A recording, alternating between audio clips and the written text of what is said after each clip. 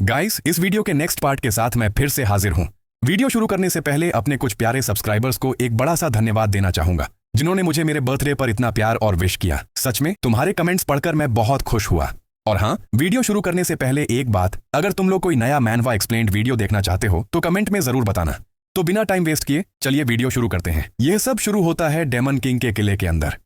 उसके सारे गार्ड्स गहरी नींद में थे, और मेरा मतलब है हमेशा के लिए सो गए थे। तभी हमारा लड़का हानजू वहां पहुंचा। उसकी नजर सीधे डेमन किंग पर थी। वो हल्का सा मुस्कुराया, क्योंकि बस इस बंदे को हराकर जू बनने वाला था बहुत अमीर। लेकिन जैसे ही वो फाइनल वॉर करने कूदा, अचानक स्क्रीन पर एक सिस्टम नोटिफिकेशन पॉप हुआ। You are being disconnected from the server. Damon Wortsberg ने मौका देखा और एक झटके में हीरो को बीच से 2 टुकड़ों में काट दिया। अब सीन कट होकर असली दुनिया में आता है, हान जे वू के घर पर। कुछ गुंडे उसका घर तहस नहस कर रहे थे और उन्होंने उसका वीआर पॉड का इंटरनेट केबल खींच कर निकाल दिया था। जू जब उठा तो गुस्से से लाल हो गया। उसने एक को कॉलर से पकड़ा और बोला, मरने के लिए तैयार हो? बाकी गुंडे डर के मारे बोले, भाई ठंडा हो जा, हम तो बस तेरी भलाई के लिए आए थे, तुझे गेमिंग छोड़ने में मदद करने। असल में हमारा एमसी पहले इन्हीं लोगों के लिए काम करता था। उसे प्रॉब्लम सॉल्वर कहा जाता था। मतलब जो भी गड़बड़ हो वही सॉल्व करता था, किसी भी तरीके से। वो स्कूल में जीनियस था, लेकिन पैसे उड़ाने में भी प्रो। तो बात में कुछ सच्चाई थी। जू ने सच में अपनी सारी बचत खर्च कर दी थी नए वीआर कैप्सूल पर। वो गेम सेवियर ऑफ ह्यूमैनिटी का पूरा दीवाना बन चुका था। इस गेम में लड़ाइयां असली जैसी लगती थीं। दुनिया ओपन और अनंत थी। सिर्फ जादू या लड़ाई नहीं, यहाँ फेम मिल सकता था, खूबसूरत कैरेक्टर्स से मिल सकते थे और समझ सकते थे कि वीआर पॉड असल में किस काम का है। यहाँ एक साधारण फाइटर भी किंग बन सकता था। और इसी सपने के लिए जू ने 1 बिलियन का लोन उठा लिया था, उन्हीं लोन शार्क्स से। लेकिन अब वही लोग उसके घर में घुस आए थे और उसे गेम में रिवॉर्ड पाने से रोक दिया, जिससे वो पूरा कर्ज चुका सकता था। जू ने सोचा, अब ये सब भुगतेंगे। एक गुंडा बोला, अरे धमकी तो हम देने आए हैं, तू नहीं। जू ने बस घूर कर कहा, कर ले कोशिश। उसने वादा किया कि वो पैसे चुका देगा, लेकिन जब बैंक अकाउंट चेक किया, भाई वहां तो रोटी के पैसे भी नहीं थे। गुंडे बोले, तो वापस हमारे साथ काम कर ले, वही पुराना काम। जू ने अपने ड्रीम मशीन को देखा, अपने गेम के मिशन को याद किया और साफ मना कर दिया, निकलो यहां से, मैं पैसे चुका दूंगा, लेकिन पहले वो मिशन पूरा करना है। वो दोबारा गेम में लॉग इन करता है। स्पॉन होता है मेन सिटी में, लेकिन इस बार डेथ पेनल्टी लगी होती है। Death penalty temporarily suspended for 22 hours. जू परेशान था, अब पैसे कैसे बनाए। तभी एक लड़की उसके पास आती है और कहती है, लगता है तुम्हें कुछ दिक्कतें हैं। जू पूछता है, तुम कौन हो? वो मुस्कुराती है, मैं हूं Aquila, game master, saviour of humanity की। जू हैरान, इतनी छोटी सी लड़की गेम मास्टर। लेकिन अक्विला कहती है, किताब को देखकर उसका मजमून मत आंकना। हानजू को लड़की की बातों पर यकीन नहीं हुआ। वो बोला, ऐसे ही कोई बोले कि वो अक्विला है तो मैं मान लूं, मजाक लग रहा है क्या?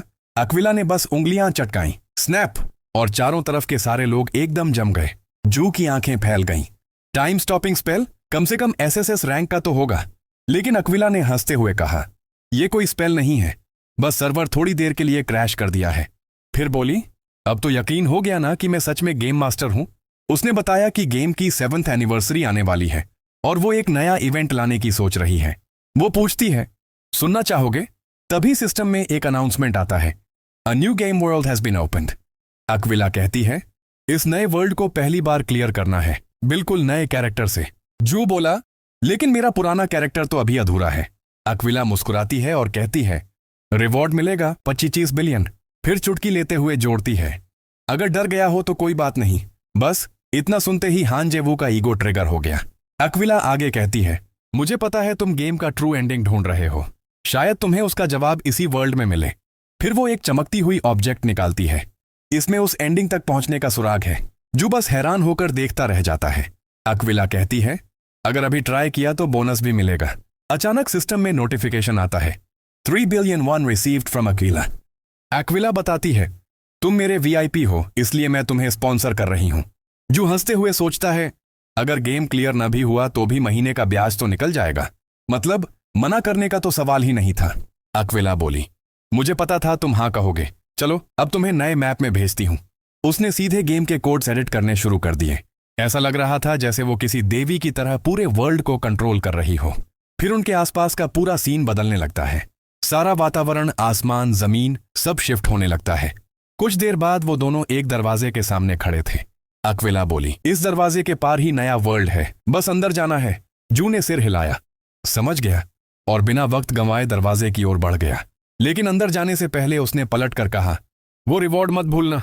अक्विला मुस्कुराई, ओह हाँ, एक छोटी सी बात भूल गई थी। वो बोली, अगर इस वर्ल्ड में तुम्हारा कैरेक्टर मरा तो तुम असल जिंदगी में भी मर जाओगे। जू के चेहरे का रंग उड़ गया। क्या? लेकिन अब बहुत देर हो चुकी थी। वो दरवाजा पार कर चुका था। जैसे ही वो नए वर्ल्ड में पहुंचा, धड़ाम मुंह के बल जमीन पर गिरा। उठते हुए बोला, दर्द? ये तो असली दर्द है। तभी उसे अक्विला की बात याद आई, अगर मरे तो असल में भी मरेगा। अब उसे समझ आया, वो मजाक नहीं कर रही थी। जू के पास कोई आइटम नहीं, कोई पानी नहीं, बस एक सूना जंगल और गुस्सा अक्विला पर। चलते चलते बड़बड़ाया, सब उस पागल गेम मास्टर की गलती है। जू ने जैसे ही अपने स्टैट्स चेक किए, उसके होश उड़ गए। उसका नया कैरेक्टर तो एकदम कमजोर निकला। हेल्थ पॉइंट्स तो जैसे मजाक थे, और ऊपर से वो पिछले 12 घंटे से बिना पानी के चल रहा था।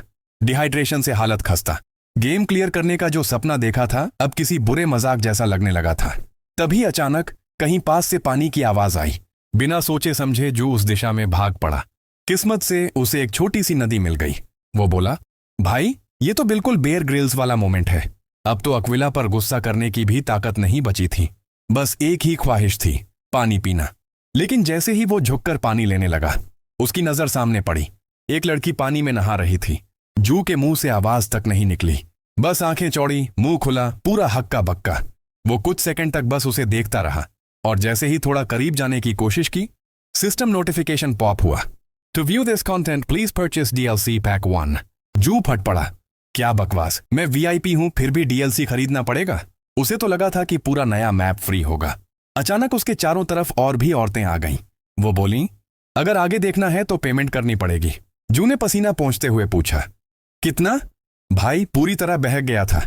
अगले ही पल धड़ाम, वो कैद कर लिया गया। अब वो किसी अजीब सी कैद में बंधा था, जहां एक चुड़ैल खड़ी थी। वो बोली, ओ पैरवर्ट, हिलना मत, अगर शराफत से रहेगा तो कपड़े रख सकता है। लेकिन जू को तो अभी भी उसी बात की फिक्र थी। वो DLC कितने की थी? पास ही एक आदमी भी कैद था। वो हैरानी से बोला, क्या बक रहा है तू? फिर बोला, मैं हूँ रूड मॉन्स्टर हंटर। जू ने जवाब दिया, मैं हूँ वेलोरस्टेड वेलोर। असल में फेक नाम डाल दिया। फिर पूछा, तू यहाँ कैसे फंस गया? रूड बोला, बदकिस्मती, चुड़ैल के जंगल के पास अपने शिकार को ट्रैक कर रहा था और फंस गया। फिर पूछा, तू भी ऐसे ही फंसा? जू बोला, हाँ, किस्मत ही खराब थी। रूड बोला, अफसोस, तू तो काफी जवान लगता है। जू मुस्कुराया, चिंता मत कर, ऐसे हालात से निकलना मेरी स्पेशलिटी है। असल में जू को याद आया, यही तो वो गाइड उसने खुद लिखा था। 3 दिन लगे थे उसे, जिसमें बताया था कि इन 5 चुड़ैलों को कैसे हराना है। हैवल, गुंडा, काल्डुरा, आल्डा, फुगल और हाजुजू, ये सब गेम के शुरुआती बॉसेस थे। लेकिन फिर भी हजारों प्लेयर्स इनसे हार चुके थे। जू जानता था इनकी सबसे बड़ी कमजोरी है आपस की दुश्मनी। तो वो लेडी फुगल की तरफ मुड़ा और बोला, अरे तू तो अभी तक जिंदा है? मैंने तो सुना था लेडी हाजुजू ने कहा था कि वो तुझे खत्म करने वाली है। फुगल का चेहरा लाल हो गया। क्या? वो तुरंत आग बबूला होकर हाजुजू पर चिल्लाने लगी। जैसा जू ने पहले ही सोचा था, आपसी झगड़ा शुरू हो गया। जू ने और आग में घी डाला। सुना है हाजुजू तेरी सारी चीजें भी हथियाने वाली थी। फुगल चीखी, क्या ये सच है? जू अंदर ही अंदर मुस्कुरा रहा था, यही तो प्लान था। हाजुजू गुस्से में बोली, अरे उसकी बातों पर भरोसा मत कर, वो तो कैदी है। फिर ताना मारते हुए फुगल से बोली, और वैसे भी तेरे पास जो पैसा हाल ही में आया है, तू अकेली उसका क्या करेगी? थोड़ा हिस्सा हमें भी दे। असल में हाजुजू हमेशा अपने साथियों की चीजों पर नजर रखती थी। इतने में अल्डिडा, जो हमेशा सीन समझने में सबसे स्लो थी, बीच में बोल पड़ी, ओह, तो यही वजह है कि गुजू एसिड बम बना रही थी? गुंडा, जिसकी जिंदगी बस खाने पर टिकी थी, तुरंत बोली, खाना कब तैयार होगा?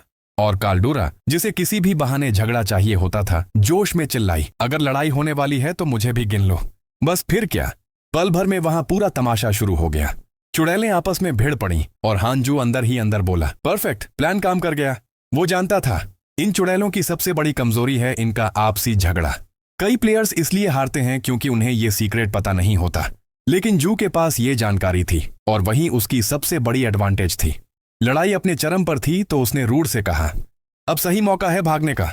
लेकिन जाने से पहले जू ने सोचा, थोड़ा मजा भी ले लेते हैं।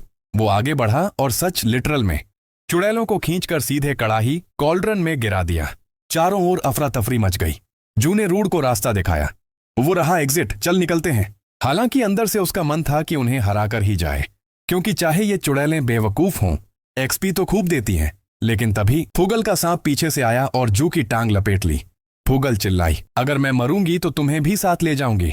जू को याद आया उसका कैरेक्टर तो अभी बहुत कमजोर है, वो झटके से छुड़ा नहीं पा रहा था। पर तभी रूड दौड़कर आया, तलवार निकाली और एक ही वार में सांप को काट डाला। जू ने सांस ली और बोला, थैंक यू भाई। फिर बोला, तेरा धनुष उधार दे जरा। रूड ने पूछा, क्या तू तीर चलाना जानता है? जू बोला, थोड़ा बहुत संभाल लूंगा। उसने निशाना लगाया और एक जार पर तीर चलाया जो कड़ाही के ऊपर लटक रहा था। जार टूटा और उसमें भरा तरल नीचे गिर गया। हाजूजू चौंकी, रुको, वो जार तो एसिड वाला था। अगर वो कड़ाही के साथ मिक्स हुआ तो बूम! पूरा ठिकाना उड़ गया। जू और रूड किसी तरह वक्त पर बाहर निकल गए। रूड ने पूछा, क्या वो सच में मर गई? जू ने सिस्टम खोला, देखा और मुस्कुराया, हाँ, सब खत्म। वो सोचने लगा, किस्मत अच्छी थी, वरना इतने लो लेवल पर तो मैं मर ही जाता।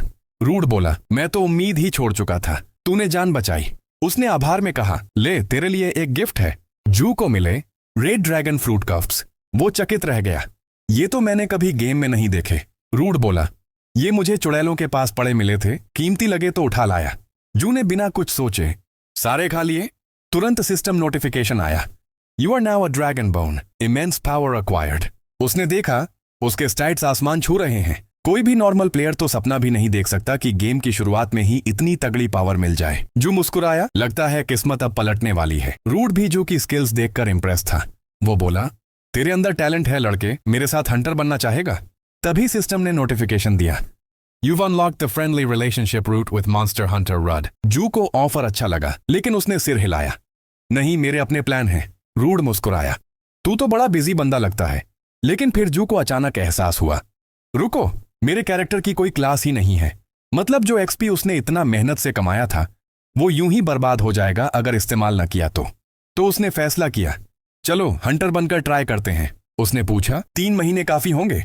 रूड हंस पड़ा, 3 साल भी कम पड़ सकते हैं बच्चे। बात तय हुई। रूड उसे जंगल में ले गया और बोला, जहां चाहे छिप जा, तेरे पास 30 मिनट हैं, उसके बाद मैं तुझे ढूंढने आऊंगा। जू ने मुस्कुराते हुए सोचा, यह बंदा मुझे अंडर एस्टिमेट कर रहा है। उसे ये जंगल अपनी हथेली की लकीरों की तरह याद था, हर पेड़, हर पत्थर, हर गुफा, सब।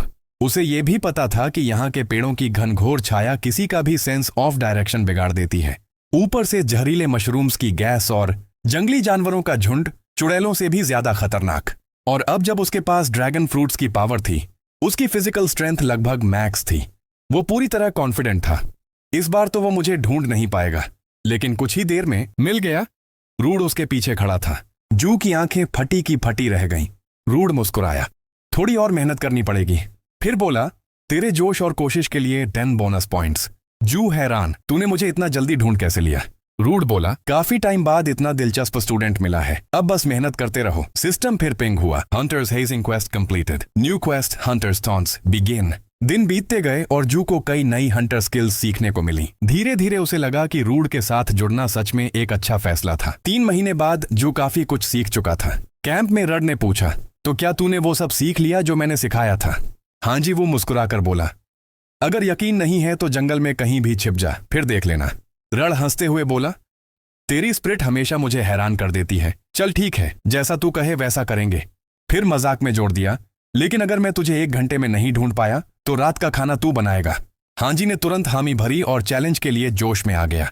कुछ देर बाद जब वो जंगल में छिपा हुआ था, रड खुद से बड़बड़ाया, आखिरकार मुझे एक ऐसा शागिर्द मिला है जिसमें सच में दम है। फिर भी रूड ने सोचा, चलो इस बार ज्यादा मुश्किल नहीं बनाता। वो तय करता है कि अगर वो किसी खड़ी चट्टान पर 1 घंटे के लिए छिप जाए तो उसका शागिर्द उसे ढूंढ ही नहीं पाएगा। लेकिन जैसे ही वो पहाड़ पर चढ़ रहा था, हंजू ने उसका पैर पकड़ लिया। रूड बुरी तरह चौंक गया, क्या तू यहां कैसे? इसके बाद वो पेड़ों के बीच छिपने गया, पर कुछ ही मिनटों में फिर पकड़ा गया।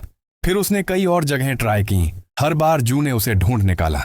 रूड के मन में सवाल गूंजने लगा, मैंने जो स्किल्स 5 साल में सीखी, ये लड़का 3 महीने में कैसे सीख गया? आखिर में वो एक गुफा में जा छिपा।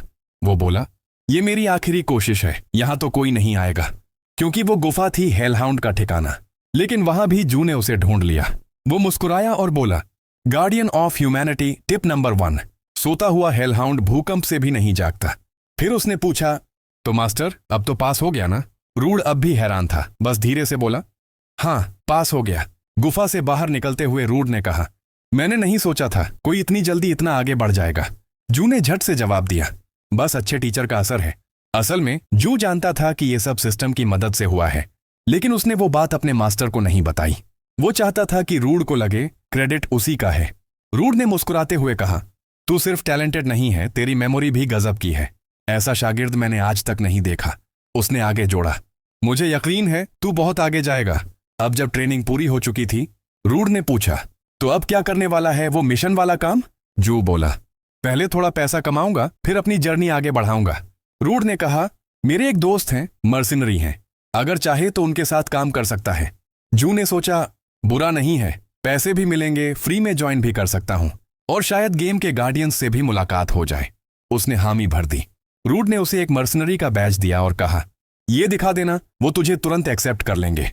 दोनों ने एक दूसरे को अलविदा कहा। रूड ने शुभकामनाएं दी, गुड लक हंटर। जू ने पीछे मुड़कर देखा और सोचा, चुड़ैलों को हराना और नई क्लास पाना गेम की शुरुआत के लिए बुरा नहीं था। इस रफ्तार से तो शायद हैप्पी एंडिंग दूर नहीं। उसका अल्टीमेट गोल था गेम का ट्रू एंडिंग खोजना। उसे याद आया कि उसने अक्विला का ऑफर सिर्फ इसलिए स्वीकार किया था क्योंकि उसने वादा किया था वो उसे फाइनल एंडिंग के क्लूज देगी। और सच कहें तो हर पल मौत का डर ही इस गेम का असली रोमांच था। इसलिए वो अब बेसब्री से अक्विला से मिलने का इंतजार कर रहा था। दूसरी ओर अक्विला दूर से सब देख रही थी। वो मुस्कुराई और बोली, लगता है मैंने सही खिलाड़ी चुना है। हंजू वो मेरा परफेक्ट वीआईपी। इसी दौरान एक औरत आगे बढ़ी और बोली, हंजू वो कोई आम बंदा नहीं है। अक्विला ने हंसते हुए छेड़ा, क्या बात है वालेरा, कहीं तुम्हें वो पसंद तो नहीं आ गया?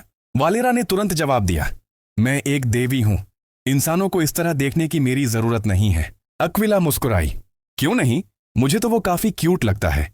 फिर उसने जोड़ा, वैसे वालफुरा तुम आजकल बहुत सीरियस हो गई हो, पहले तुम काफी मजेदार हुआ करती थी।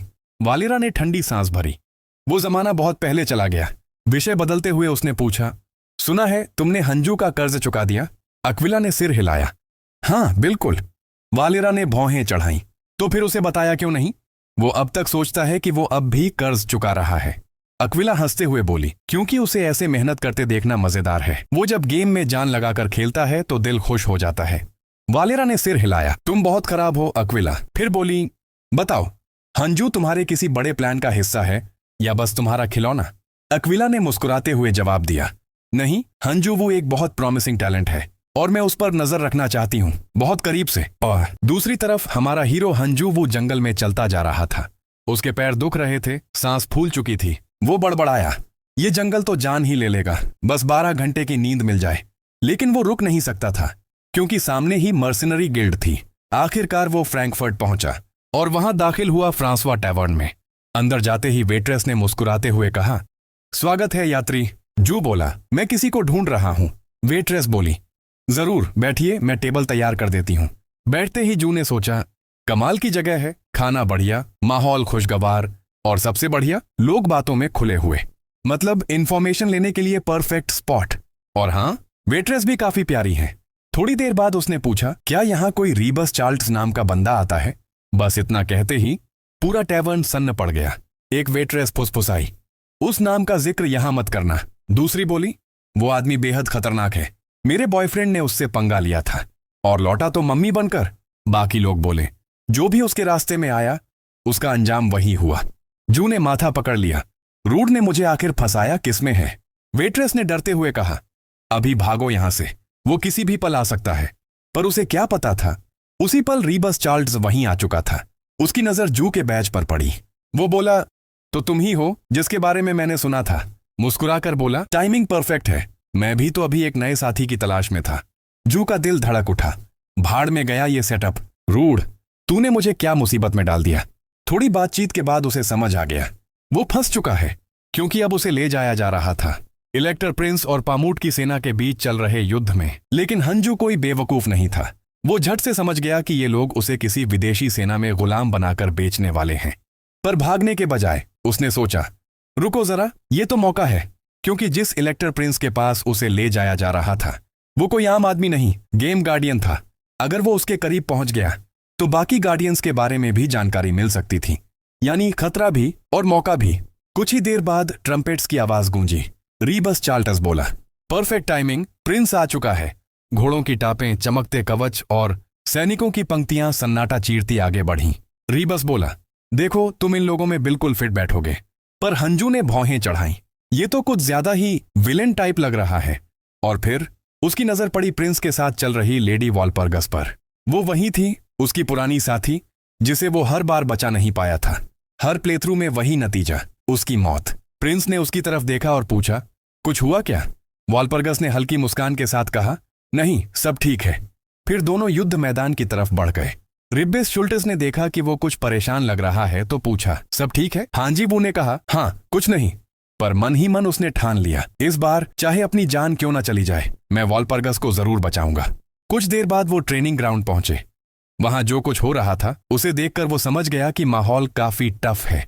रीव्स ने बताया कि वो लोग कॉम्बैट के जरिए ग्रुप लीडर्स चुन रहे हैं और ऊपर से इसमें पैसे भी लगे हुए हैं। गर्व और पैसा, दो चीजें जो हांजी को हमेशा मोटिवेट करती थीं। लेकिन उसने सोचा कि अभी बस प्रिंस से संपर्क करना ही सही रहेगा, ज्यादा ध्यान खींचना नहीं चाहिए। रीव्स हालांकि उसे किसी भी हालत में ट्रायल में शामिल करना चाहता था। उसका कहना था, रड ने तुम्हें ऐसे ही नहीं भेजा, उसे तुम्हारे अंदर कुछ तो दिखा है। फिर उसने अपने आदमियों से पूछा, कौन है जो इस नए बंदे से लड़ना चाहता है? और तुरंत ही कई लोग तैयार हो गए। अब हांजी के पास मना करने का कोई रास्ता नहीं था। सो उसने ठान लिया, अगर लड़ना ही है तो जीतना ही होगा, चाहे उसे अपनी ताकत इस्तेमाल करनी पड़े। उसका पहला प्रतिद्वंद्वी था मैक्स। मैक्स ने उसे देखकर हंसते हुए कहा, तेरा ये दुबला पतला शरीर देखकर तो लगता है एक मुक्का काफी रहेगा। रीव्स ने पूछा, दोनों तैयार हैं? दोनों ने हाँ कहा और लड़ाई शुरू हो गई। मैक्स ने झपट्टा मारा, लेकिन हांजी ने सिर्फ एक वार में उसे निःशस्त्र कर दिया। सब लोग हैरान रह गए। मैक्स तो उनके सबसे ताकतवर लड़ाकों में से एक था। लेकिन हांजी की ये जीत देखकर बाकी डरे नहीं, बल्कि और भी ज्यादा जोश में आ गए। अब लगभग हर मर्सिनरी उसे चैलेंज करने को तैयार था। और बेचारा हांजी वो सोच रहा था, अब तो हर कोई मुझसे लड़ना चाहता है, ये मैं क्या फंस गया। तो अब हंजू के पास कोई और रास्ता नहीं बचा था, एक एक करके सबको हराना ही पड़ेगा। और उसने सोचा, ठीक है, ये भी बढ़िया है, इससे तो मेरे एट्रीब्यूट्स बढ़ेंगे। फिर सामने आया एक और बंदा, मेरा नाम है शार्लेट। बाकियों से अलग वो बोला, मैं किसी नए बंदे से हारने वाला नहीं हूं। हंजू ने मन ही मन सोचा, यार अब बस करो, थोड़ा आराम चाहिए था। लेकिन तभी उसे झटका लगा, लॉग आउट का ऑप्शन ही गायब था। वो समझ गया, ये अक्विला की चाल है। अब चाहे जो हो, आराम का कोई चांस नहीं, लड़ना ही पड़ेगा। हंजू ने ठान लिया, अगर करना ही है तो बढ़िया से करते हैं। और फिर उसने एकदम सटीक जूडो थ्रो लगाया। शार्लेट सीधा जमीन पर। भाई तू तो भारी निकला, वो बड़बड़ाया। उसकी ये जीत देखकर मर्सिनरी लीडर तक इंप्रेस हो गया। बाकी सब सोचने लगे, ये बंदा आखिर है कौन? और अब सब उससे लड़ना चाहते थे। हंजू के चेहरे पर बस एक ही रिएक्शन, भाई अब तो बख्श दो। तभी रीबस ने ऊंची आवाज में कहा, सब पीछे हटो, नए बंदे को आराम दो। हंजू ने चैन की सांस ली, आखिरकार थोड़ा रेस्ट। पर अगले ही पल रीबस बोला, अब से यही हमारा लीडर होगा, इसका नाम होगा वेलोरस्टेड वेलोर। हंजू, भाई क्या? अब सबकी तैयारी शुरू हो गई आने वाली जंग के लिए। रीबस ने अपनी सेना को आदेश दिया, अटैक। और बस मर्सिनरीज चीखते हुए दुश्मनों की ओर भागे। दूसरी तरफ ट्रोल्स की सेना खड़ी थी, डरावनी, विशाल और गुस्से से भरी। पर हंजू ने वक्त बर्बाद नहीं किया, सीधा बीचों बीच कूद गया। उसे लगा वो अब इलेक्टर प्रिंस की फोर्सेस के साथ है। रीबस ने बताया था, हमारा दुश्मन है डेमन किंग पिस्म की और कार्मी। मिशन सिंपल है, दुश्मन के कमांडर का झंडा छीनना। प्लान साफ था, फ्रंट लाइन तोड़ो, फिर डिफेंसिव लाइन को तबाह करो। लेकिन रीबस ने चेतावनी दी थी, ऑनर्क्स बहुत स्ट्रांग होते हैं, डिसिप्लिन और कोऑर्डिनेशन दोनों में कमाल। हंजू अब वेलोरस्टेड वेलोर सोच रहा था, ये क्या मजाक है यार, मैं लीडर कब से बन गया? असल में उसका प्लान था, थोड़ा नाम कमाओ, कुछ मिलिट्री मेरिट लो, फिर चुपचाप निकल लो। पर किस्मत को कुछ और ही मंजूर था। उधर ऑर्क्स के कैंप में हड़कंप मच गया। एक सिपाही दौड़ता हुआ अपने कप्तान के पास पहुंचा। सर, हमारे स्पीयरमैन कट रहे हैं। कप्तान बोला, नामुमकिन, वो हमारे बेस्ट हैं। उसने दूरबीन उठाई और देखा, हंजू की मर्सिनरी यूनिट उनके स्पीयरमैन को धूल चटा रही थी। कप्तान चिल्लाया, लाइन बनाओ, मुस्केट्स तैयार करो। हंजू ने देखा और मुस्कुराया, मुस्केट्स बहुत स्लो हैं यार, रिलोडिंग में ही टाइम निकल जाएगा। जैसे ही ऑर्क्स ने फायरिंग लाइन बदली, वो चिल्लाया, अब मौका है अटैक। और अपनी यूनिट के साथ सीधा उन पर टूट पड़ा। धूल, खून और चिल्लाहट के बीच वेलोरस्टेड वेलोर ने मैदान हिला दिया। एक ऑर्क को यकीन नहीं हो रहा था कि उसके सिपाही इतने कमजोर इंसान के हाथों मारे जा रहे हैं। फिर भी वो जानता था कि अगर इंसानों की बढ़त रोकनी है तो उसे खुद आगे बढ़ना होगा। आखिर वो अपने कबीले के गौरव का झंडा थामे हुए था, लेकिन झंडा उठाए वो ऑर्क ज्यादा देर टिक नहीं पाया। आखिरकार भाड़े के सैनिकों का ग्रुप जीत गया और हमारे प्रोटैगनिस्ट ने वो झंडा कब्जे में ले लिया। उसे बस थोड़ा और टिके रहना था ताकि उसे वो मिलिट्री मेरिट मिल सके जिसकी उसे चाह थी। तभी उसका साथी दौड़ता हुआ आया, बुरी खबर के साथ। बाकी की फौज पीछे हट रही थी। ऊपर से ऑर्क की मदद के लिए नई टुकड़ी पहुंच चुकी थी। ये देखकर प्रोटैगनिस्ट घबरा गया। उसे लगा था जीत बस हाथों में है, लेकिन बाकी सब क्यों भाग गए? उसके एक आदमी ने पूछा, अब क्या करें सर? पूरे ग्रुप को चारों तरफ से घेर लिया गया था। दूसरी तरफ ऑर्क का छिपा हुआ चीफ, महान जनरल कैलन, सामने आया। उसने इंसानों से कहा कि अगर वो झंडा छोड़कर पीछे हट जाए तो वो उनकी बहादुरी की कद्र करेगा और जान बख्श देगा। लेकिन हमारा हीरो ठहाके मारकर बोला, ऑर्क के वादे पर कौन भरोसा करता है? तुम्हारा झंडा तो अब हमारे काम आएगा। ये सुनकर जनरल कॉल गुस्से से दहाड़ा, हमारे पवित्र झंडे का अपमान करने की हिम्मत कैसे की तूने? हंजू शांत होकर बोला, जंग में कोई नियम नहीं होते, जीतने के लिए हम कुछ भी करने को तैयार हैं। इतना सुनते ही ऑर्क्स ने फॉर्मेशन ले ली और आग का गोला बरसाना शुरू कर दिया। इंसान बुरी तरह फंस चुके थे। सिस्टम ने प्रोटैगनिस्ट को चेतावनी दी। इंटिमिडेशन फेल्ड, लेकिन हांजू समझ नहीं पाया क्योंकि हर बार गेम्स में उसकी ये ट्रिक काम करती थी। अब उसके सैनिकों का मनोबल टूट चुका था। सबको पता था कि जनरल कॉल जैसे ताकतवर ऑर्क से भिड़ना आसान नहीं। खुद हांजू भी पहली बार असहाय महसूस कर रहा था। तभी उसके दिमाग में पिछले लड़ाइयों की झलक आई और उसे याद आया कि अगर वो यहां मरा तो रियल लाइफ में भी सब खत्म हो जाएगा। शौक में डूबा हांजू अचानक हंसने लगा। उसके सैनिक सोचने लगे, ये पागल हो गया है क्या? लेकिन तभी वो बोला, शार्लेट की ट्रम्पेट लाओ। साथी ने कहा, उससे कुछ नहीं होगा, कोई रीइंफोर्समेंट नहीं आने वाला। पर हांजू बोला, मुझे पता है मैं क्या कर रहा हूं। उसने जोर से ट्रम्पेट बजाई, मगर दिशा पूरी उलटी थी जहां से उनके साथी भाग चुके थे। साथी बोला, गलत दिशा में क्यों? हांजू मुस्कुराकर बोला, मुझे पता है, अगर अक्विला में जरा भी सम्मान बचा है तो वो मुझे ऐसे नहीं छोड़ेगी। आखिर मैं उसका वीआईपी हूं।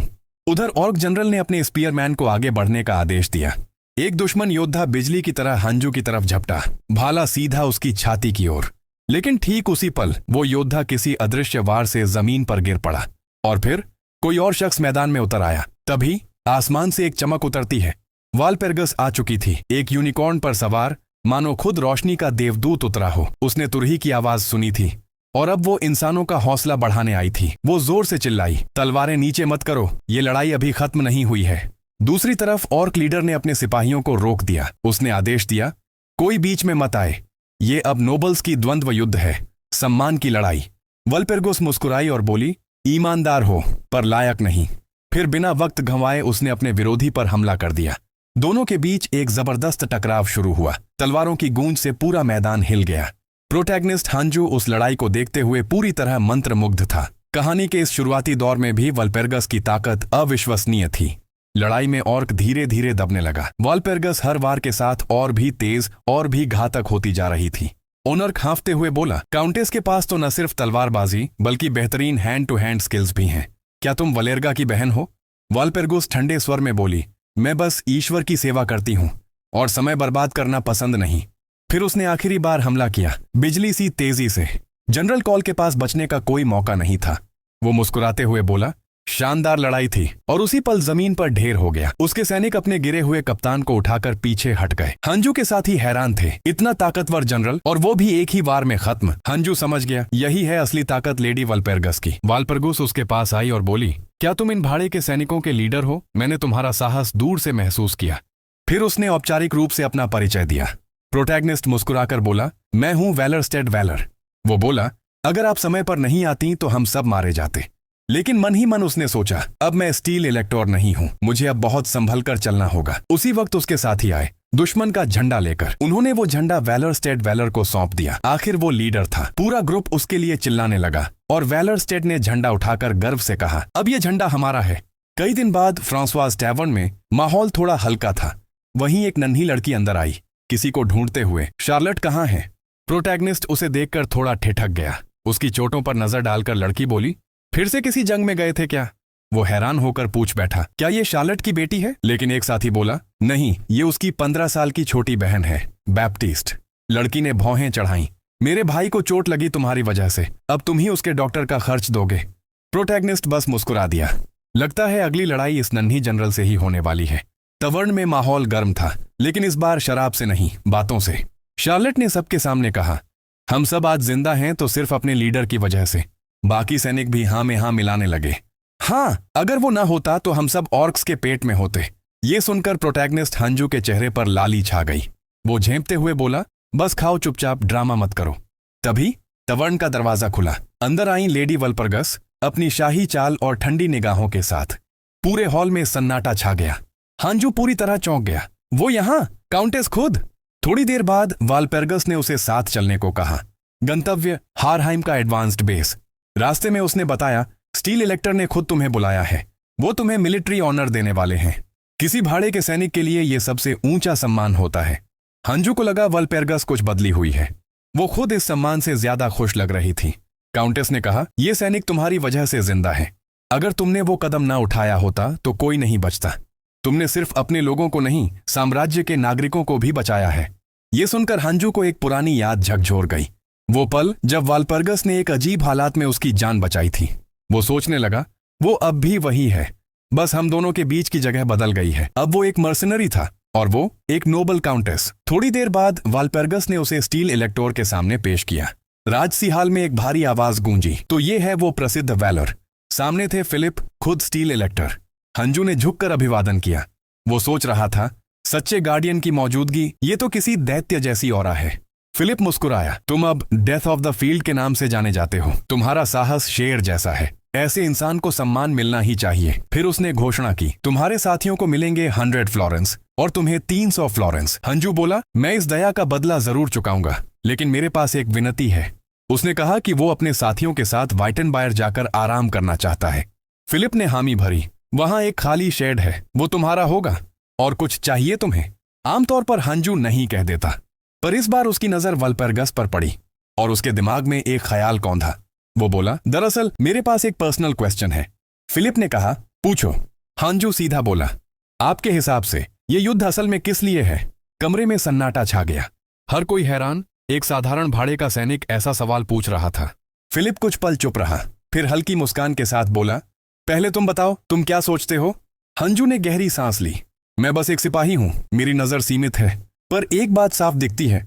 तभी एक नोबल ने तंज कसते हुए कहा, ओह, तो अब भाड़े के सैनिक भी युद्ध पर सलाह देंगे, सिर्फ इसलिए क्योंकि उसे एक मिलिट्री मेरिट मिल गया? दूसरा नोबल भी हंस पड़ा।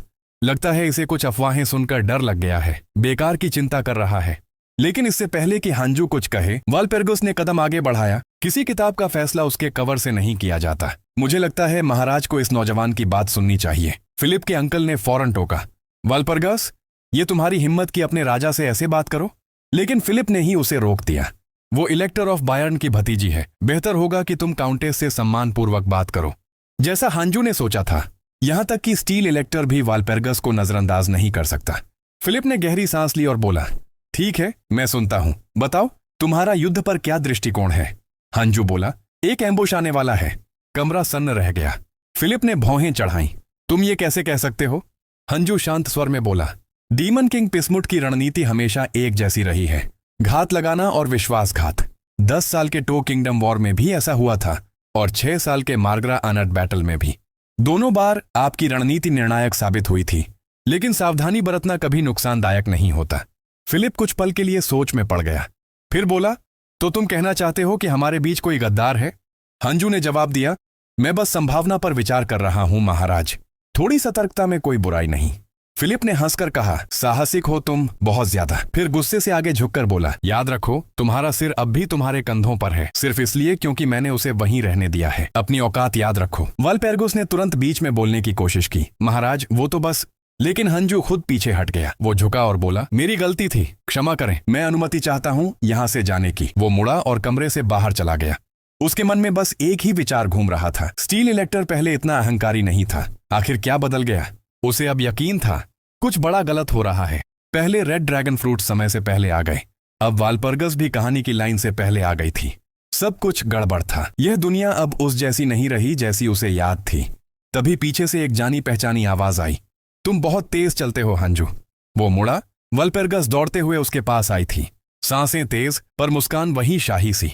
हंजू मुस्कुराया। तो तुम मेरे पीछे दौड़ी, क्या तुम चिंतित थी? वल्पेरगस ने हल्के से सिर हिलाया। हाँ, फिलिप के शब्दों के लिए माफी चाहती हूँ। अगर तुम्हें किसी भी चीज की जरूरत हो मैं मदद करूंगी। इतनी काइंडनेस देखकर हंजू थोड़ा शर्मिंदा हो गया। उसके दिमाग में अजीब अजीब ख्याल आने लगे। अगर वो सच में कुछ भी करने को तैयार है, लेकिन वो खुद ही मुस्कुराकर उस ख्याल को झटक देता है। वो बोला, ठीक है तो फिर मुझे बस 2 चीजें चाहिए, एक क्विल और एक पिस्टल। हैन जेवू अपने सपने के बारे में बताता है। उसे शूरवीर बनना है और इसलिए उसने जो चीजें मांगी हैं उनसे वो घुड़सवारी सीखना चाहता है। ये सुनकर वाल्पीरस हैरान रह जाती है।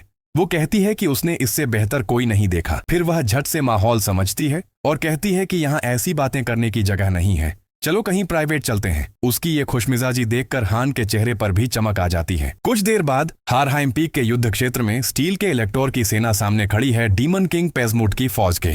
फिलिप गरजता है, आज ही वो दिन है जब मैं तुम्हें खत्म कर दूंगा। लेकिन पिजमूट बस हंस देता है। तभी उसका एक साथी आगे आकर बताता है कि सारी तैयारियां पूरी हो चुकी हैं। साथ ही ये भी कह देता है कि उस औरत का इस्तेमाल करना ठीक नहीं है। वो चेतावनी देता है कि अगर इलेक्टोर पकड़ में आ गया तो वो बड़ा हथियार साबित होगा, इसलिए किसी पागल के हाथ में इतनी जिम्मेदारी नहीं देनी चाहिए। लेकिन डीमन लॉर्ड अपनी बात पर अड़ा रहता है। वो कहता है कि वो जानता है कि वो औरत खतरनाक है, लेकिन उसने हमेशा लाइन में रहकर काम किया है। वो ये सोचकर ही कांप जाता है कि अगर वो सच में लाइन पार कर दे तो क्या होगा। उसी दौरान वो औरत, उसकी खतरनाक सर्वेंट, अपने मालिक के सामने आती है। डीमन मास्टर उसे सराहता है और साथ ही कहता है कि थोड़ा हाथ हल्का रखे, लेकिन वो बेफिक्र होकर कहती है, मैं हमेशा लिमिट जानती हूँ। दूसरी तरफ हमारा प्रोटैग हंजू अपने घोड़े फिली के साथ ट्रेनिंग में लगा है। फिली बेहद फुर्तीला है, एकदम ड्यूलिंग हॉर्स लेवल का। हंजू समझ जाता है कि ये घोड़ा वाकई हाउस बायरन की लेडी का ही हो सकता है। उस लेडी ने उसे एक महंगा सा पोषण भी दिया था जो किसी को भी पूरी तरह रीजनरेट कर देता है। तभी एक तेज धमाका होता है। हन चौंक जाता है। उसे एहसास होता है युद्ध शुरू हो चुका, मुझे जल्दी करनी होगी। उसे पता है कि हालात बहुत खतरनाक हैं और सबसे बड़ी बात, फिलिप का अपने ही चाचा से धोखा खाने का खतरा अभी भी सच है। और सच में फिलिप के चाचा अपना असली चेहरा दिखा देते हैं। वो ताना मारते हुए बताते हैं कि फिलिप ही असली गद्दार है जिसने विद्रोहियों को उकसाया, इसलिए उन्होंने डीमन किंग से हाथ मिला लिया। फिलिप फट से बोलता है, ऐसी बकवास पर कोई यकीन नहीं करेगा। लेकिन तभी डीमन लॉर्ड खुद उसे जमीन पर पटक देता है। उसे पागल कहकर डांटता है कि वो हकीकत मानने को तैयार नहीं। फिलिप को पकड़ने के लिए दास आगे बढ़ते हैं और फिलिप डरकर चिल्लाता है कि मैं एक नोबल हूँ, हिम्मत कैसे होती है मेरी ओर बढ़ने की। इसी अराजकता में वाल्पीरस चुपके से पीछे पहुंचती है, लेकिन जैसे ही सही मौका मिलता है वो अपनी मौजूदगी जताते हुए डीमन लॉर्ड को एक जबरदस्त किक मारती है। और वो अकेली नहीं आई, वो आदेश देती है, उसके महामहिम को यहाँ से तुरंत सुरक्षित बाहर ले जाओ। दुश्मन तिलमिला उठता है जब वो देखता है कि उसका कैदी हाथ से निकल रहा है। वो तुरंत हेक्सैक्स को आदेश देता है कि जाकर फिलिप को पकड़ो। हेक्सैक्स पहले तो किसी और शिकार से खेल रही थी, लेकिन असली काम शुरू करने का आदेश मिलते ही उसकी आंखों में चमक आ जाती है। वो अपने जॉम्बी डॉग्स को देखकर हंसती है। डिनर टाइम, कुत्ते वैसे ही भूखे थे, उन्हें भड़काने की जरूरत ही नहीं पड़ी। कुछ देर बाद वो दहाड़ते हुए आगे बढ़ते हैं और सामने आ जाता है हमारा प्रोटैगोनिस्ट। हांजू सोचता है, हाँ, उम्मीद थी कि वो जॉम्बी डॉग्स भेजेंगे। हेक्सैक्स तो इन्हीं से दुश्मनों की ताकत निचोड़ती है, धीरे धीरे टुकड़ों में। उसे हेक्सैक्स की ये तरकीब बेहद घिनौनी लगती है, लेकिन वह जानता है कि हेक्सैक्स ऐसे ही लड़ती है। और चूंकि उसके सामने सिर्फ कुछ ही डॉग्स आए थे, हान समझ जाता है बाकी सारे फिलिप के पीछे गए हैं। फिलिप की जान जाए या बचे, उसे कोई फर्क नहीं पड़ता। उसके लिए सिर्फ एक चीज मायने रखती है, वाल्पेरुस की सुरक्षा। और वो पूरी रफ्तार से उसकी ओर भागता है। उधर वाल्पेरुस और फिलिप दोनों उन कुत्तों से भाग रहे हैं। फिलिप रोते हुए शिकायत करता है कि उसकी माना कंट्रोल बिल्कुल खराब हो गई है और इसका दोष वो डीमन लॉर्ड पर डाल देता है। ऐसा खेल तो वही खेल सकता है। एक कुत्ता झपटता है और फिलिप को लगभग चीर ही देता, लेकिन वाल्पेरुस बीच में कूदकर उसे रोक लेती है। उसकी स्पीड फिर साबित कर देती है कि वो क्यों सबसे भरोसेमंद रक्षक है। वो फिलिप से कहती है, हम डीमन टेरिटोरी में हैं, हर कदम सोच समझ कर रखना होगा। तभी फिलिप के एक साथी पर हमला होता है। वो दया की भीख मांगता है, लेकिन फिलिप कुछ भी नहीं करता। वाल्पेरुस आगे बढ़ने लगती है तो वो उसे झट से डांट देता है, उसे छोड़ो, बस भागते रहो। वाल्पेरुस को ये बात चुभ जाती है। वो कहती है, मैं दूसरों से अलग नहीं हूँ, मेरी जान उनकी जान से कीमती नहीं है। और मन ही मन सोचती है, अगर फिलिप ने वैलर की बात सुनी होती तो ये सब नहीं होता। वो खुद को भी दोष देती है कि वो अपने लोगों की मदद नहीं कर पा रही। इसी उथल पुथल में वाल्पेरुस अचानक हेक्सैक्स के जाल में फंस जाती है। हेक्सैक्स मुस्कुराकर कहती है, काफी अनपेक्षित हो काउंटेस। वाल्पेरुस फिलिप से मदद की पुकार लगाती है, लेकिन फिलिप उसे कैद होता देख सीधे पीछे मुड़कर भाग जाता है, जैसे वाल्पेरुस का उसके लिए कोई अस्तित्व ही नहीं। वल्पेरुस हक्का बक्का रह जाती है। उसे एहसास होता है फिलिप जैसा इंसान इलेक्टोर बनने लायक है ही नहीं। हेक्सैक्स उसे लगातार तड़पाती है और मजा लेती रहती है। तभी पास में गोली चलती है। हेक्सैक्स के एक कुत्ते को गोली लग जाती है। ध्यान बटते ही हंजू उस पर टूट पड़ता है और हेक्सैक्स को एक जबरदस्त मुक्का मारता है। वाल्पेरुस जब उसे देखती है उसकी आंखें फैल जाती हैं। वो पूरी तरह हैरान और खुश। वो खुशी से उसे हीरो कहकर पुकारती है और फिर थककर बेहोश हो जाती है। हंजू उसे संभालकर एक सुरक्षित जगह ले जाता है। उसे पता है वाल्पेरुस को बाहर ले जाने का एक ही तरीका है, हेक्सैक्स को हराना। हेक्सैक्स को लगा कि उसके एक कुत्ते को जिसने मारा वो यही आदमी है और ऊपर से इतनी चुपचाप आ गया कि उसे पता भी नहीं चला। उसे तुरंत समझ आ गया ये कोई आम लड़ाका नहीं है। हंजू मुस्कुराकर कहता है, तुम जरा भी नहीं बदली हेक्सैक्स। हेक्सैक्स चौंक जाती है। हम पहले कहाँ मिले? हंजू ठंडे अंदाज में जवाब देता है, तुम जैसी खलनायिका की शक्ल भला कौन भूल सकता है।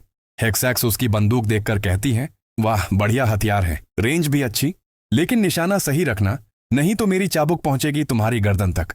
हंजू समय बर्बाद नहीं करता, सीधा फायर करता है, लेकिन गोली सिर्फ उसकी केप छूकर निकल जाती है।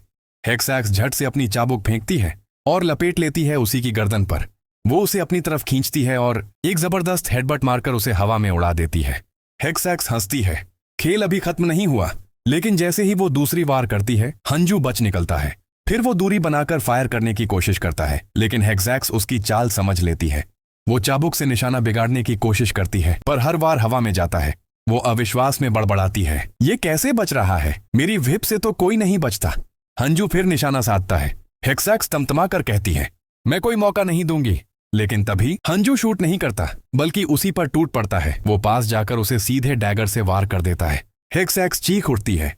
तभी हंजू तंज कसता है, कैसा लगा मेरा डैगर हेक्सैक्स? हेक्सैक्स को एहसास होता है कि उसने उसकी बंदूक पर इतना ध्यान दिया कि खुद एक आंख खो बैठी। वो तुरंत अपनी डिमोनिक विंग्स फैलाती है। लड़ाई जारी रखना चाहती हूं, वो कहती है, लेकिन इस बार टालना पड़ेगा। हंजू मुस्कुराकर चिढ़ाता है, भाग रही हो? हार का डर लग रहा है? हेक्सैक्स गुर्राती है, मैं उकसावे में नहीं आने वाली, करीबी लड़ाई मेरी कमजोरी है।